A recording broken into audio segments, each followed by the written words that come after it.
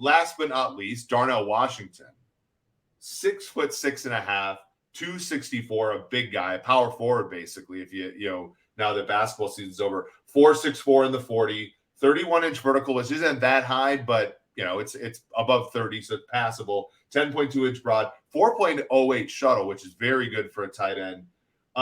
He obviously had to contend with Brock Bowers. He played on the same college football team as another guy who is one of the better tight ends in all of college football, who's still an underclassman. Almost 11 yards average depth of target, under 7% drop rate. So checks a lot of boxes. Very big kid. This is kind of, I think, a wild card one, right? Because I think a team that takes him, uses him properly, they're going to be like, holy crap, this guy's a unicorn type player. Why did he last until round 2? And yet I think that there are reasons why he's all the way down to where he is, sort of in the expected data here. We have him about pick 34. So right at the beginning of the second round per grinding the mocks. So I would say, a lot of people around here in Atlanta and Georgia area say, as amazing as he is, he's not even the best tight end on the University of Georgia team, which is a whole other topic, right? It doesn't really matter what it is.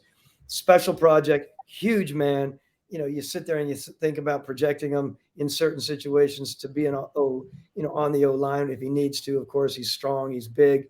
He's still got his areas that he needs to learn. It's not like he is another guy. He's not firing off the ball with this unbelievable explosiveness. He can ease into it a little bit, but he covers a lot of ground. I mean, this is a big guy who has, again, some lope to him in his running style, but he is an eye catcher that way. He is one of those guys, like some quarterback out of Florida that everyone's raving about at the combine. He was a rave guy at the combine, right? People were like, look at this guy move. Yeah. Look at him run that 4.6 something at his size, right? That's something where, you might think during the year, you might have thought, okay, maybe this guy gets that into the third round. And I have to share that with you, right?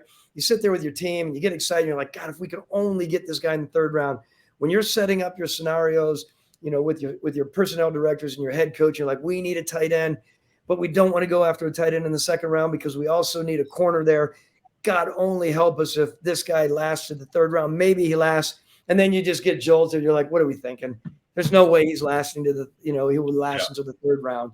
He's going to be in the middle of the second round, maybe, or at the latest. And you're going to have to trade up, which leads me into this is when I needed a product like Sumer's Marvel.